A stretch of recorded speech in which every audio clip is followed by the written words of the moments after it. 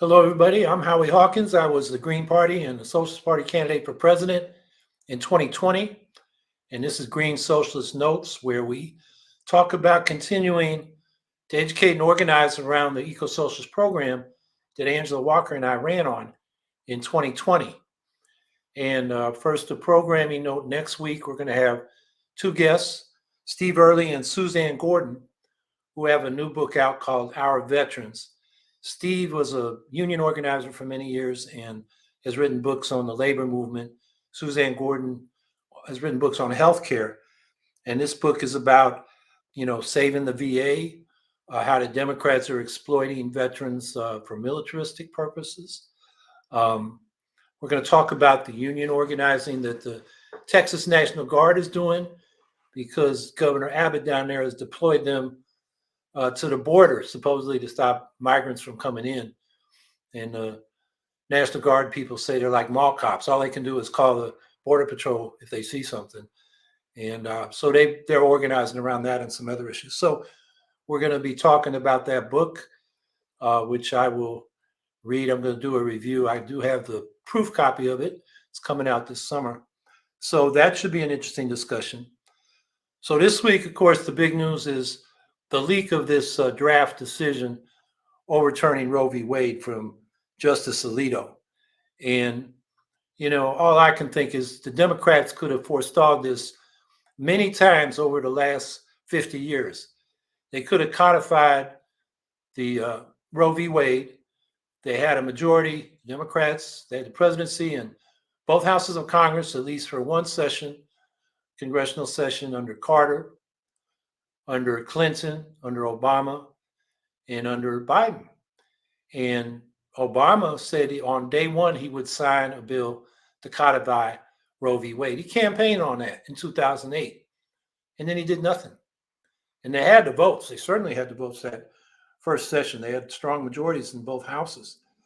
So now the Democrats are going to do a symbolic vote next week. They're not going to be able to lift the filibuster if they really wanted to, for this right of reproductive freedom, and also for voting rights and protecting our elections from election theft that the Republicans are setting up and with their state laws. They could have done that. And it's been, 15 months. It's hardly been mentioned by Biden and Schumer. So it's not going to happen. It's going to be a symbolic vote. They're going to lose. Last vote was 48-46 for cloture, which means ending the filibuster so they could vote on the substance. And Democrats don't have the votes. Manchin, they don't have Manchin.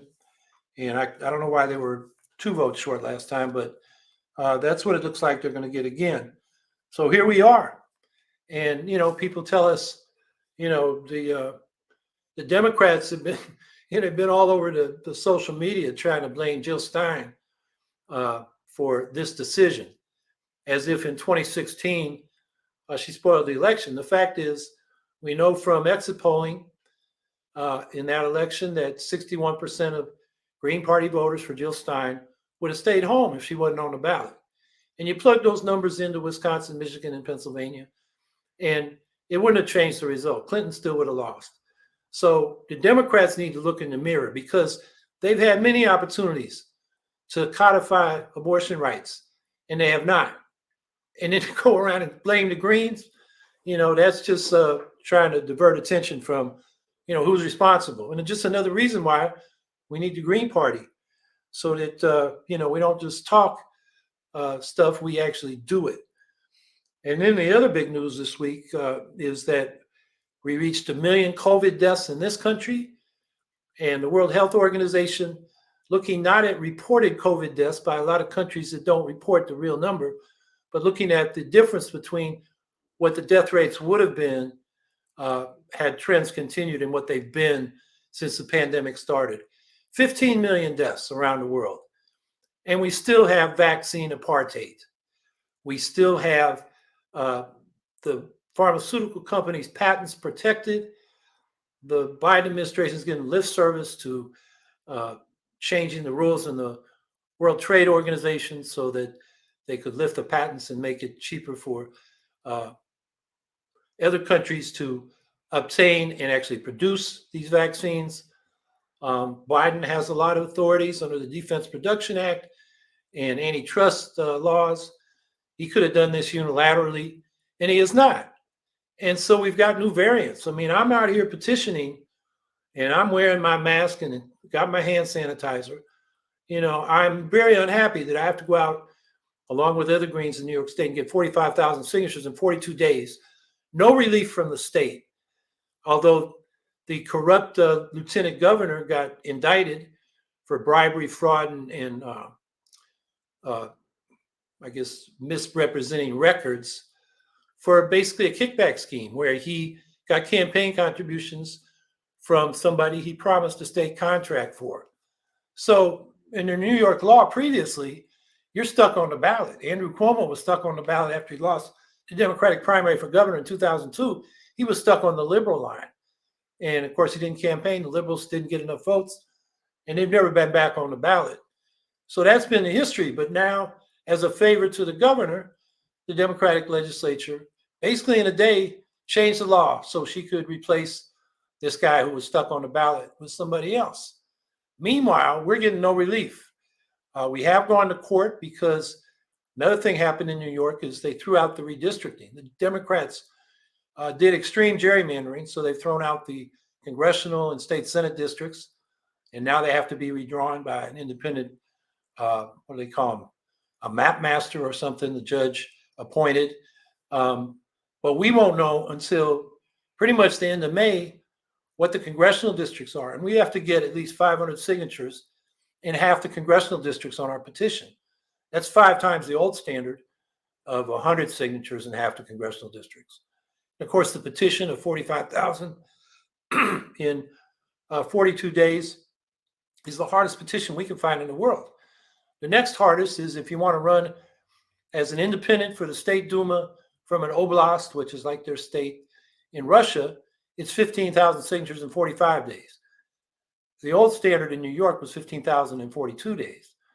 So, we've been shopping a bill around to the Democrats in the state legislature to get that reduced back to the old standard. And I joke with them, we just want to get back to the Putin standard. And they chuckle and they say, you're right, but they're not going to do it till after the election because they don't want to cross Governor Hochul. Meanwhile, in a day, they changed the law so she could get this crooked lieutenant governor she appointed off the ballot. So it goes. We got, a real problem with democracy, as I've been saying all year. They failed to, Democrats in Congress have failed to defend voting rights. They're failing to defend our elections from these state laws the Republicans are passing so they can count the votes and steal elections. And now we got the abortion issue. We don't have a climate plan. The mess on the borders with immigration, we're still operating under Trump policies. When it comes to climate change, not only do we not have a positive climate program, now they're appealing to the oil companies and the gas companies to increase production so they can substitute Russian oil and gas for American oil and gas in Western Europe. And we already knew before this war broke out that Biden had allowed the permitting of more oil and gas drilling at a faster rate than Trump did in his first year. So we got a mess, and I'm sick and tired of these Democrats. They get caught doing something wrong, and then they want to blame the Green Party. It's crazy. So with that, let's open it up for questions and answers and hear what you got to say. I'm going back out petitioning as soon as we're done here. Okay, Scout Trooper 164, Howie, do you believe that the reason corporations give millions to anti-abortion politicians so they can force people to keep buying their products? Either that or just general greed. I think the anti-abortion politicians tend to be conservative. And I think the corporate interests like those conservative economic policies and conservative foreign policies and big military spending. I actually think a lot of the corporate elite is probably pro-choice. So for most of them, it's not an issue, although it is for some of them, like the Kochs and the Mercers and some of these right-wing, rich folks like DeVos and that Amway, fortune that she inherited through her husband, I guess.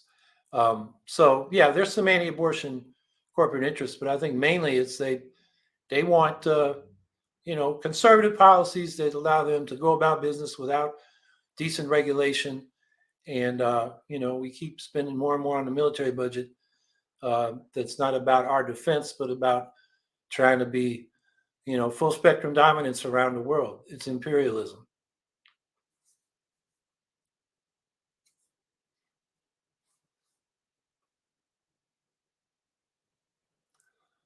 Violated content boutique.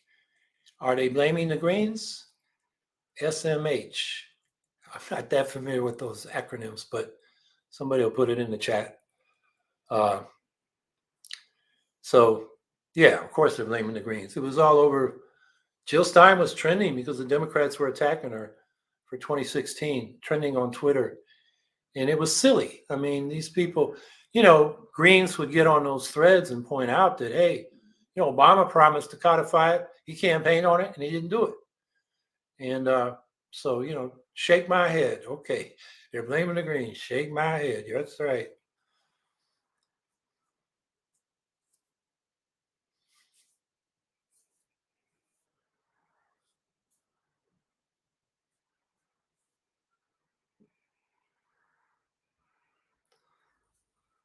So while we're looking for, okay, here we go.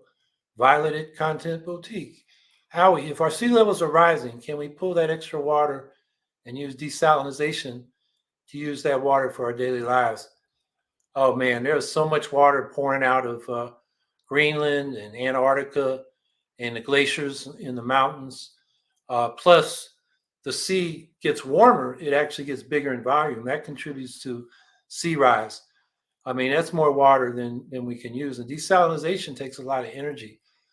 No, there's a lot of sea rise built into the climate system already. So we're going to have to adapt to that.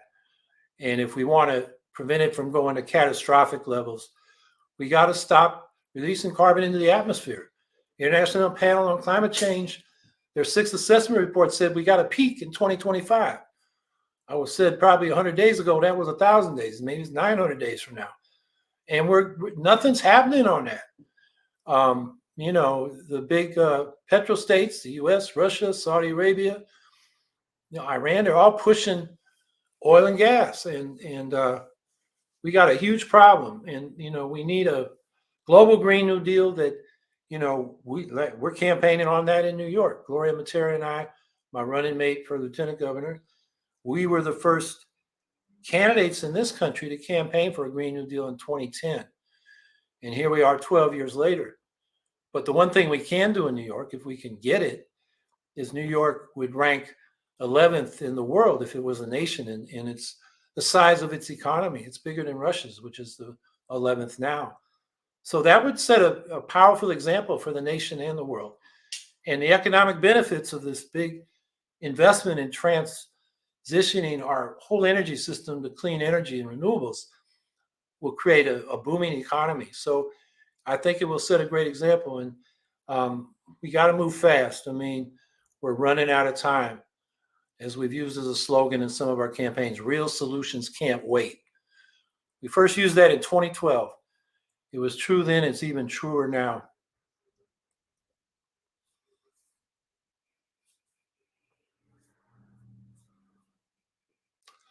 Emil Sachs, any comments on the green gains in England? Thanks. Yes, that's very good news. They increased by 75 the number of people on city councils in England. They had local elections. This just got reported. I saw it yesterday. And I think they show an example for us. I've been saying, in this country, we have over 100 locally elected green officials. It should be thousands. That's how we build a base. And the Greens are showing us how to do it. I think it's also indicative that the climate issue is big. The progressive economic policies of the Green Party of England and Wales are important. The Labour Party is moving back to the right. Before the Corbyn phenomenon, the Greens were gaining fast, and maybe we're getting back to a situation there where the Greens can now become the big party on the left as Labour becomes more a neoliberal, Clinton-type party that Tony Blair wanted it to be. And the reaction against that was the Corbyn, movement. But then he got defeated by the insiders in the Labour Party. So I think the Green Party of England and Wales is poised to set an example for all of us. So I'm very encouraged by that news. Amy L. thanks. I heard complaints that English Greens are too cozy with Brexit types, but I don't know how reliable those complaints are. Actually, the Green Party was very clear they were anti-Brexit. It was the Labour Party that was ambivalent, including Corbyn. And they had pro, they had anti, and Corbyn was kind of sort of trying to straddle the fence. So I have not heard of any anti-Brexit Greens, certainly not from Caroline Lucas, who is their member of parliament.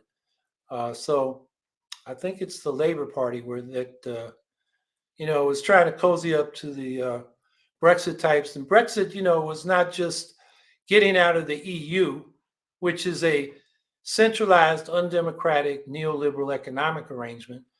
There are good reasons to criticize that. The Greens' position was work within the European Parliament to change that. But the real motivation for a lot of the Brexit voters was immigration. It was racist. And one thing you could say for the Greens, and they're kind of all over the map on some questions across Europe, they've been consistently defending migrants in Europe. And that's all to their credit.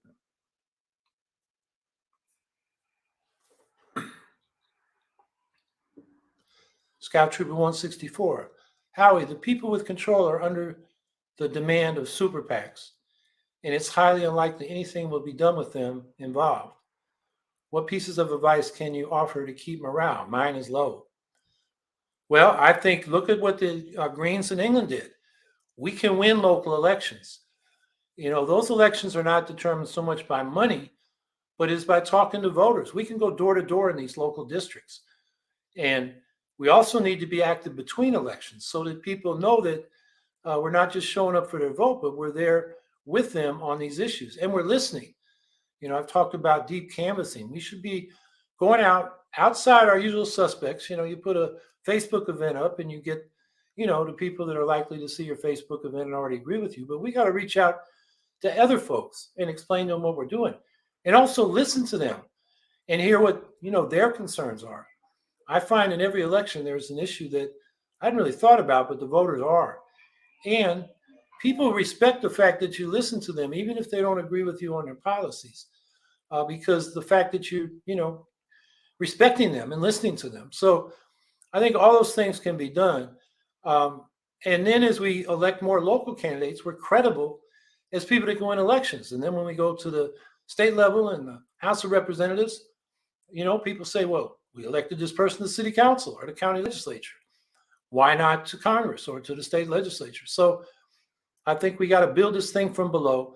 The super PACs play in the big, the big games, the federal elections and the state legislative elections and governorships and so forth. And of course, we got to beat organized money with organized people. And that goes back to building a local base. So I think that's the path forward. And of course, we want full public campaign financing. As I pointed out in one Counterpunch article, it was actually on Joe Biden's campaign platform on his official campaign website. And he said, first thing under campaign finance, that he wanted to get all private money out of elections and have fully publicly financed elections, which was the position that progressives were taking in the 1990s. And Biden actually co-sponsored a bill for that when he was in the Senate. It was pretty popular. The guy out in Wisconsin, he died in a plane crash. What's his name? The progressive. Anyway, he was a sponsor of that bill. And since then, the progressives have settled for matching funds. And as I've pointed out in articles and probably on this podcast, that matching funds actually increases the disparity between candidates. If it's the 6-to-1 match proposed in the congressional legislation, which we've been critical of because the qualifying threshold is beyond the reach of almost every Green candidate we've run for the House, but and then they were increasing it manyfold to qualify for presidential campaign matching funds.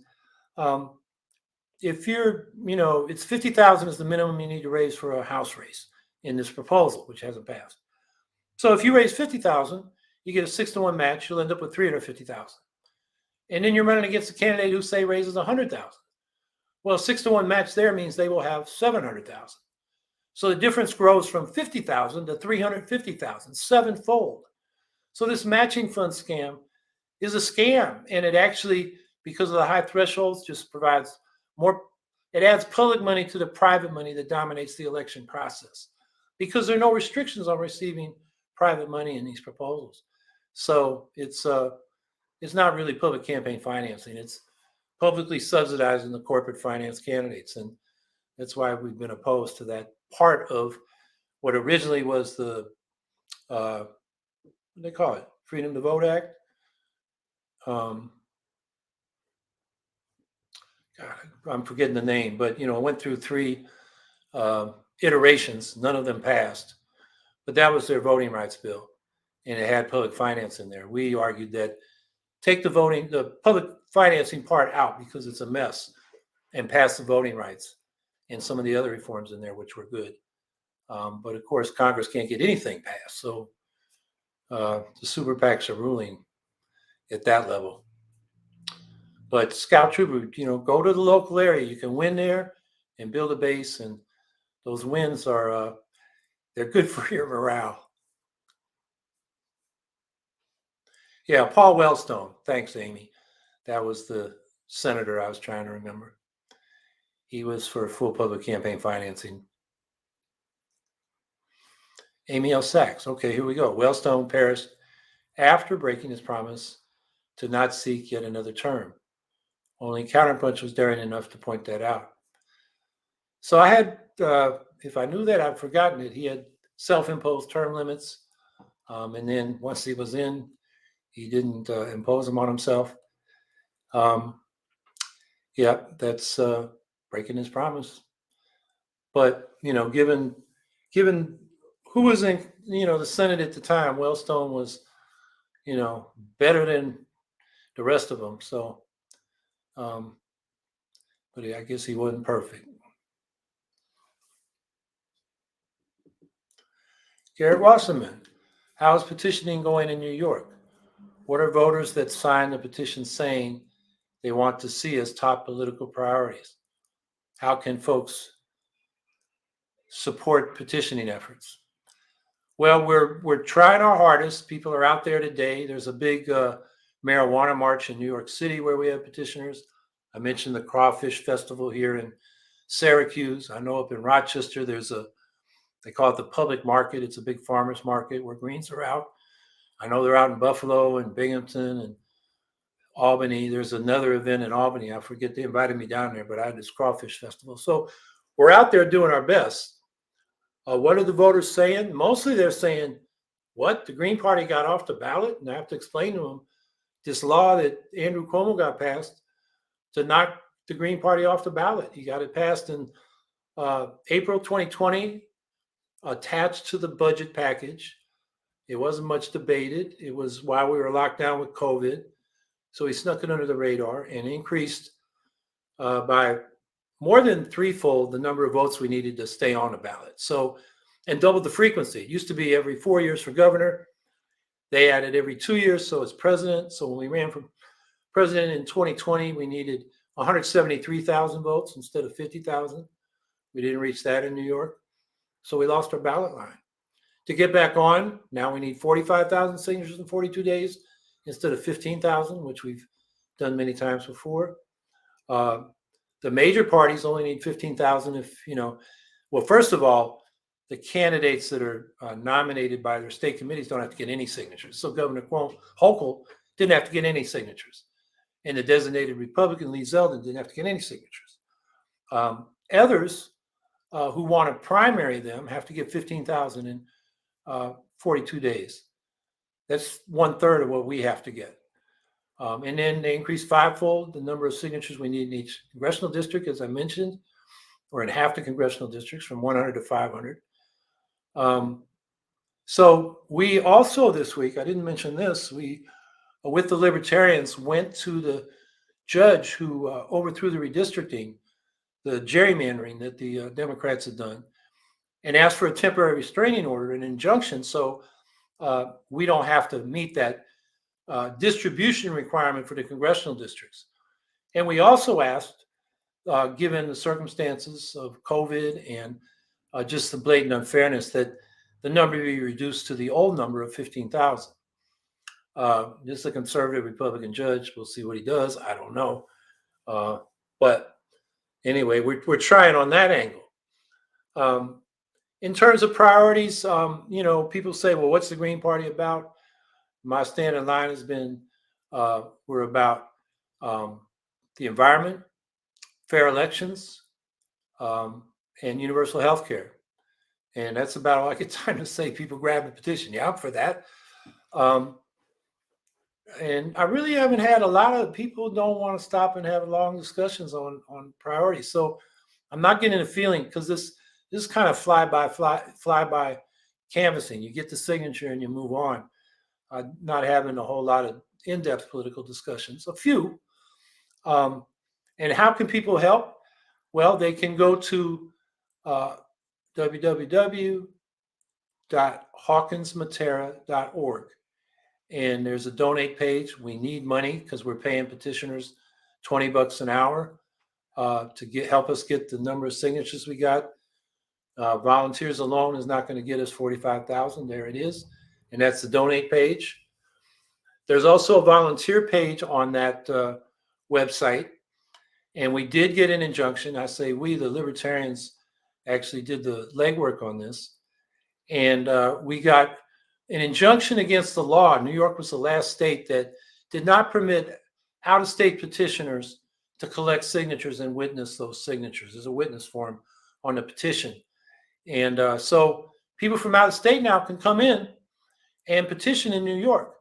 And we really need that. It goes until May 31st, really about May 27th, because we're going to need that last 4 or 5 days to assemble the petition, identify the signatures in these different congressional districts, number the pages. In our petitions, we got to, in the right-hand column, you got to put the town or city. A lot of people put their village or they put their county, but in New York City, you're supposed to put the county. It gets confusing, so a lot of people's signatures can be knocked out because they don't put the right city, town, or county in that right-hand column. So we got to review all those. It's a big job. So we'll be, renting a room in a hotel in Albany and, working 24/7 to get that petition assembled. Then we got to bind it, put a cover sheet on it. We'll do a news conference. So we'll have a busy last 4 days. So it's really up until about May 27th that people can collect signatures. And if they're collecting them that late, they're going to have to drive them down to Albany to us. But so, now is crunch time.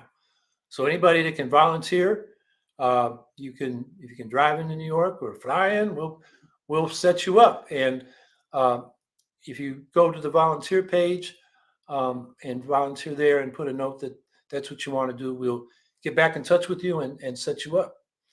So we're trying our best. I'm optimistic we'll get 45,000. I don't know if the Governor Hochul, is going to spend a fortune trying to challenge all these signatures, because, going through all those signatures is a lot of work, and you got to do your specific objections. You get 3 days to file general objections and 5 more days to file specific objections.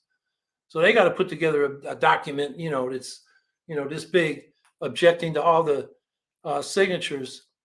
And I don't know if they'll go through all that trouble. I hope not.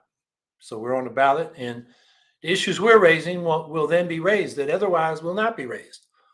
We've had a bill in New York State for a Medicare for All type program at the state level. It's now called the New York Health Act. And it first passed in the New York State Assembly in 1992. Assembly's passed it many times, but the Senate was Republican controlled until 2018. And the Democrats' pitch to voters was, give us the Senate and we'll get you universal public health care. Well, they've had the Senate since 2018. They now have a super majority, and that bill has not got out of committee in the Senate or the Assembly, where they haven't voted on it. See, they used to vote for it when it couldn't pass. Now that it can pass, and the insurance industry and the big drug companies are pouring money into their coffers, suddenly they got cold feet about passing universal public health care, like the Democrats did in Hawaii, California, in Vermont when they got both chambers of their state legislature and the governorship. And suddenly they got problems with the bill that they've been telling us they supported all along. Again, that's why we need a Green Party, because the Democrats they're bought lock, stock, and barrel by the corporate interests. And yes, there's some progressives who are not, Bernie Sanders, AOC, and so forth, but they're a small minority within the Democratic Party. That corporate leadership is firmly in control. And we saw that this week, on abortion rights, big issue. So what happens? Pelosi endorses Henry Cuellar down in Texas, an anti-abortion Democrat. Jim Clyburn, the majority whip, goes down in Texas and campaigns with Henry Cuellar. And he has a progressive opponent named Jessica Cisneros, who almost beat him last time. But the Democratic leadership, they don't want a progressive. And so we saw what they did to Nina Turner there in Cleveland. They went all out for, what's her name, Chantel Brown, who, is corporate funded, fossil fuel companies in particular, and is just an opportunist. She joined both the Congressional Progressive Caucus and the New Democratic Coalition, which is the centrist, kind of Clintonite coalition in Congress. Which is it? She's trying to please everybody, but in fact, she's only trying to please her donors. So Nina Turner got beat, I think it was about 2-1, because the machine there just went all out for this Chantel Brown. So, the idea that you can advance progressive or even socialist politics for the Democratic Party, come on now. I mean, just look at what's going on.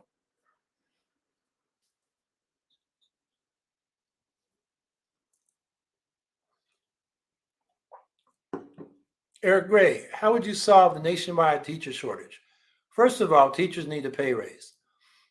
They are not getting the same compensation that people with comparable education do. It's an important job. It's not comparable to what teachers get in other countries. And then we need public support for the teachers. I mean, right now we've got an attack on public education by the Republican Party and a weak defense by the Democratic Party, who still is pushing charter schools, privatization of public schools, which is, the corporate agenda. And so we need both, we need to demand better pay for the teachers, and we need to defend public education from this privatization move, and the banning of books and the, restricting of the curriculum from discussing important parts of our history or, our nature. They're getting away from sex education, the Don't Say Gay bills, and, the, banning of books that cover our racial history and the fight for, full rights for people of color. We got to have a fight it back against that. And it can't be half-assed like the Democrats are, who are, sometimes saying something about that, but then turning around and promoting more charter schools. It's unbelievable to me. And there's, you talk about PACs. There's a lot of super PAC money behind the charter school privatization movement. So that's a big struggle. And so I'd say pay and politics. That's what we got to do to get more people back into the teaching profession and make it something that's much more desirable than it's become, between the low pay and the controversy over just teaching what you ought to teach. Amy L. Sachs, the move to get at least to Medicare for all should be tied to reproductive rights, because Planned Parenthood opposes health care for all. They deserve to be called out for that. I was not aware that Planned Parenthood hadn't come out for Medicare for all, but it doesn't surprise me.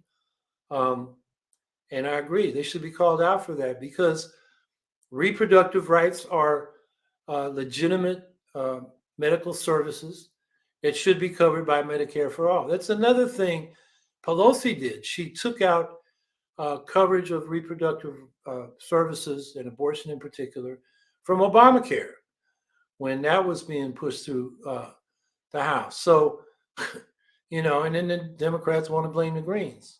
We were opposed to that. So yeah, that's an important point. Reproductive rights should be part of Medicare for all. The Hyde Amendment should be repealed, which prevents public funding of abortions. So, low-income women on Medicaid cannot get their abortions covered by Medicaid. That's an issue where the Democrats have uh, basically ducked. Some of them will privately say, and in progressive districts will say, they want to get rid of the Hyde Amendment. But even Biden was forced to take that position during the Democratic primaries. But he's done bupkis about it since he got elected to office. So that's right. Medicare for all should include reproductive services.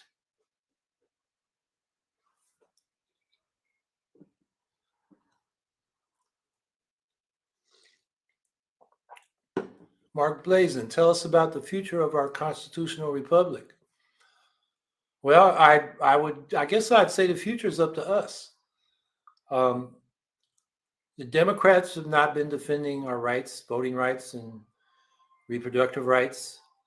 The Republicans are definitely trying to undermine those rights, as well as the integrity of elections. They got this big lie that Trump won the election, and there's no evidence for that. All the evidence is to the contrary. But the Democrats, have the opportunity to counter what they're doing and what the Republicans are doing in the states, and they have not. So that leaves it up to the Greens, independent progressive politics. We're the ones that got to lead the pro-democracy movement, which means voting rights. It means election protection. But for the Greens, it also means fair ballot access. It means ranked choice voting for executive offices, which gets rid of the vote splitting spoiler problem that leads to our vote being less than it really would be if people voted for what they want.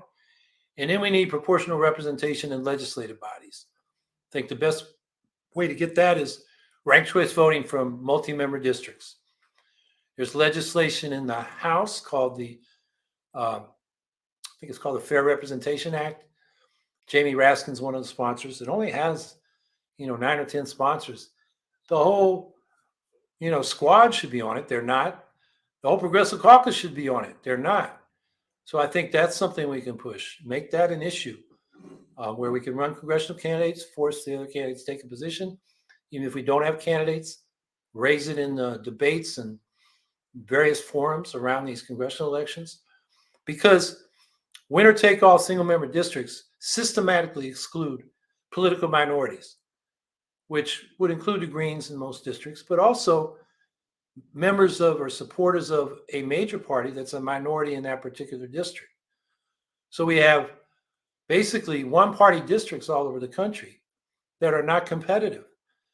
The political scientists tell us 90% of U.S. House of Representatives districts are not competitive. 95% of state legislative districts are not competitive because they gerrymander them to be safe seats for both parties. So we already know who's going to win these elections before they happen. It's a farce, and it excludes everybody who's not in the majority in that district, or even sometimes the plurality. And, the Green Party, when we run local and it's nonpartisan, we are very competitive. It's hard to know, but say we're a 25% party in this country. The polling on policy polls would say we're, maybe a third of the country, but we have no representation at the state level in the House of Representatives or the Senate for that matter. We have had a few in the state legislatures, mostly Democrats who got so disgusted with the Democratic Party, they switched when they were in office and then didn't win their reelection. We have had a few elected directly, but we can expand that if we build our base. So I think it's up to the Greens and the left to defend our democracy, because the Democrats have obviously failed this year. We've had a terrible example because we've had this attack on democracy by these extremist Republicans, and the Democrats have been feckless. They don't know how to fight the fascists. So it's up to us. I mean, the future is open, but I think we can have a big say in what it is. So, let's stay active.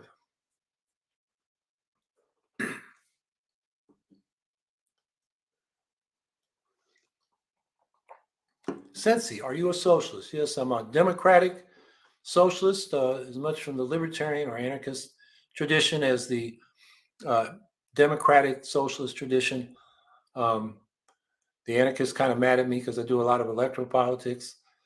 The democratic socialists, um, well, they're kind of divided on political independence, which was a first principle of socialist politics from Marx until the Popular Front in the 30s, when the communists, which were a big influence, said we have to align with the pro-democratic capitalists to defeat the fascists, um, which didn't work too well in countries like Spain and France. The Popular Front didn't work too well. Some would argue it did work in this country with Roosevelt, but our fascist movement wasn't that strong. Although there was an attempt at a fascist coup against Roosevelt. They tried to enlist Smedley Butler to head it up. And look that up.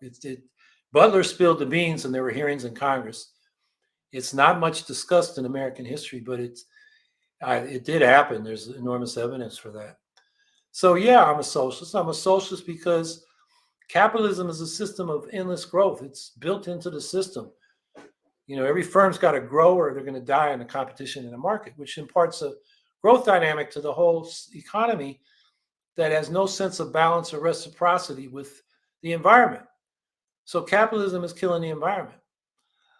It increases inequality because we get exploited. We don't get the full fruit of our labor. The capitalists take a big portion of what we produce. And as a result, they get richer and we're stuck at the bottom and the inequality grows. And then the competition for resources, markets, cheap labor internationally between capitalist countries creates wars. So if you want to get rid of war, you want a more equal society, and you want a sustainable society, you got to be a socialist, a democratic socialist, where you're democratizing the economy. So we have a say on the big decisions about what technologies we're going to invest in, the big developments we're going to do. And at the local level, the micro level inside the firm, we have cooperatives or public enterprises where the workers elect the boards and have the final say on what goes on. So it's a bottom-up democracy. That's what socialism is to me. It's the alternative system we need to be fighting for because under capitalism, we're not going to solve the problems of war, environment, and inequality.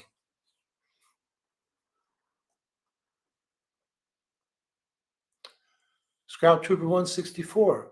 Howie, I spoke about this, but I need to ask. Do you think the removal of abortion could cause overpopulation by 2050 or even cause many women to commit suicide if they are raped? Yeah, women who need abortions are going to seek them even if they're not legal, and it's going to be dangerous. Overpopulation is caused because women are not free, they don't have educational opportunities, job opportunities, and children become an insurance policy in rural areas where there's not the social supports that the government ought to provide. So that's the way to deal with excess population, stabilized population. And yeah, some women may commit suicide if they're raped and can't terminate the pregnancy. That's definitely going to happen. It's happened before abortion was legal, and likely to happen again in those places where people can't get an abortion. And they say, well, you can go from a state where it's not legal to a state where it is legal, but first of all, it takes money, and many people are living right on the edge. Secondly, the Republicans, these extremists, are now introducing legislation to make it a crime to leave the state to get an abortion or to help somebody do that or to give them money to do that. So we're in for a real culture war here over that. And, there's a important article. It was in Politico magazine in 2014. I think the author's name was Baumer or Blaumer. And he has a very good history of why what the anti-abortion movement was really about was the pro-segregation movement. The right-wing Christian fundamentalists did not want integrated schools. And so they started forming these, Christian private academies. And, those were challenged in the courts. And they found that they could mobilize a lot of people by coming out against abortion. And along with that was building a religious right that was also against desegregation. So, the Baptist Church, which is very anti-abortion now, right before Roe v. Wade, they passed a resolution approving of abortion, at least in certain circumstances. So the abortion issue is kind of a wedge issue for the far right. It's really about white supremacy. And of course, the impact of not having access to abortion is disproportionately impacting low-income women of color. So there's a lot more wrapped up in this thing than just reproductive freedom. It's the whole right-wing assault on women's freedom and autonomy and power, and also the freedom and power of subordinate peoples across the board, particularly racial minorities in this country. So this is an important issue, and we've got to engage it. Arapahoe County Green Party. Women who have miscarriages are also at risk because the police have to investigate before they can get medical treatment. Women bleed out while waiting. We need maternal safety guarantees. Yes, and I've been reading how some of these laws the extremist Republicans are passing, anybody who has a miscarriage is under suspicion of having an abortion and committing a crime for which they could be punished.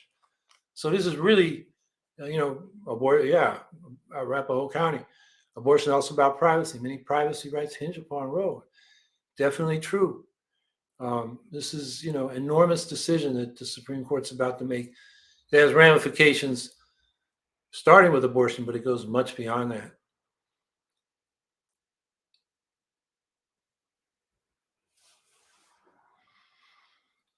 Scout Trooper 164, what do you think of CNN demanding speech control on Twitter? Yeah, I'm not happy with that. I think the way you deal with bad speech is with better speech, with bad arguments, with better arguments. When you force the bad arguments, the bad positions underground, they fester without challenge in their own, circles. So I'm not big on the tech companies deciding what can be posted and what cannot. They have a right to as private companies, but as I've argued, some of them have become the equivalent of public squares. They're public spaces, and maybe they should be publicly managed in the public interest as a free speech zone. And I've suggested that the boards for those public social media platforms should be selected by lot. So they're not under the influence of big money in elections. They're certainly not appointed by the politicians we got. So you have, like we do with juries, you select people by lot, and then you get a cross representation of the community. I think that's the way we got to go to deal with these issues. But I'm very concerned about the censorship or the banning or the deplatforming or whatever you want to call it.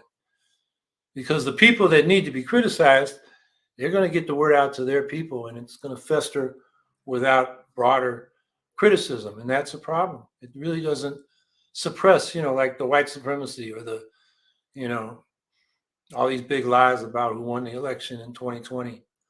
If it's not out there on the table where people can hear both sides, it's not going to, stopping them from being on Twitter is not going to stop it from being said.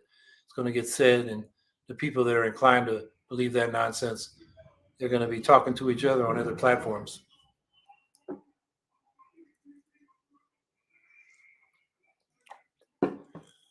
Starbucks, Scout Trooper 164, Starbucks gave wage increases to everyone but their workers. WTF. Union workers, everyone but their union workers. Of course, they want to tell the Starbucks workers the union can't deliver. But equal pay for equal work, there are laws about that. So I hope the ones that got a union got a labor lawyer that can help them fight on that ground. And, there's a lot of hope in these new unions, Starbucks, Amazon. They're achieving things that the existing unions have not been able to do because they're really engaging the rank and file. And that's where the power is, worker action.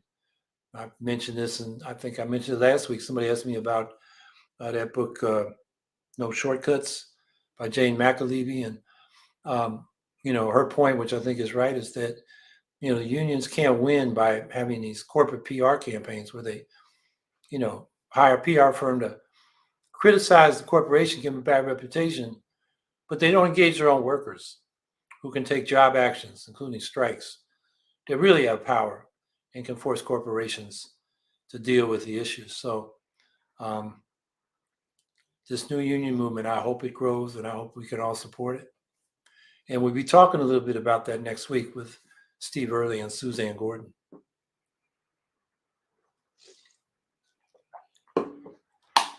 Amin Zeri. If I understand correctly, the new districting drawn by the special master appointed in New York are not subject to appeal. Yeah, that's my understanding. The judge said this guy is going to draw the districts, and that's what we're going to run with. But I, just as a legal matter, I think anybody can go to court and try to appeal. The question is, what will the courts do? So I think the judge's intention is to try to, get this done in a certain time frame. So we actually do have districts we know we're running in. But I still think, the judge just can't say you can't appeal. So, but I think maybe he's referring to the legislature.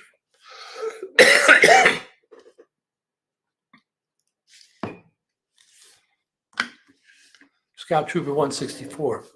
What do you think of the FBI watching millions of people without a warrant? I thought that was the National Security Agency, and Ed Snowden. Oh, that's right. There's been more news about the FBI, monitoring us. And frankly, I've been out petitioning. I've not been able to read the news carefully and fully this week. So I saw the headline, but I don't know the details. But, the FBI, basically, you don't spy on people unless you have, what's the phrase,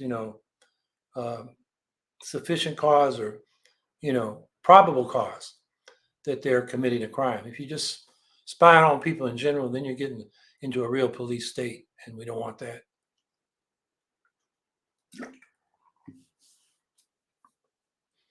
Scout Trooper 164, what do you think of Chris Smalls slamming Lindsey Graham at the Senate for his backwards belief of how corporations and workers functions? And now Smalls pointed out it's a working class issue. Again, I saw the headlines. I've heard interviews with Chris Smalls. I think he's a very good labor leader, speaker. He's very down to earth. He speaks in terms that regular folks understand. Anybody who's a worker understands. And Lindsey Graham obviously doesn't. So I don't even see that as a contest. A debate between Chris Smalls and Lindsey Graham would be a disaster for Lindsey Graham. So I'm glad Chris Smalls is getting a platform to speak back to idiots like Lindsey Graham.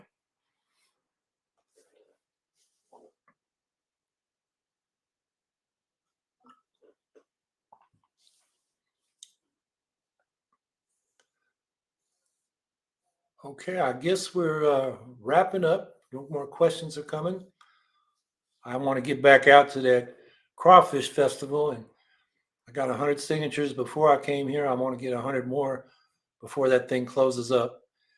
And I would just say, keep fighting. I mean, if you've been watching, you've been paying attention, you see that the Democrats are not doing anything progressive. They're basically the neoliberal status quo, the corporation mainstream, and the Republicans are becoming, an extremist party, a neo-fascist party. So there's a huge political space on the left. And we know from public opinion polling, majority of people are with us on things like Medicare for all, Green New Deal, canceling student debt, taxing the rich, and on and on and on. So we got a real opportunity here. And we just got to, organize. Because we don't, we're not going to have a lot of money like the corporate parties do, but we do have a lot of people if we can get organized. So, please don't be discouraged. Get out there, as I've been saying a couple of these calls, you're going to feel a lot better if you're out there fighting than if you're sitting home moping. So have a good week and keep on fighting.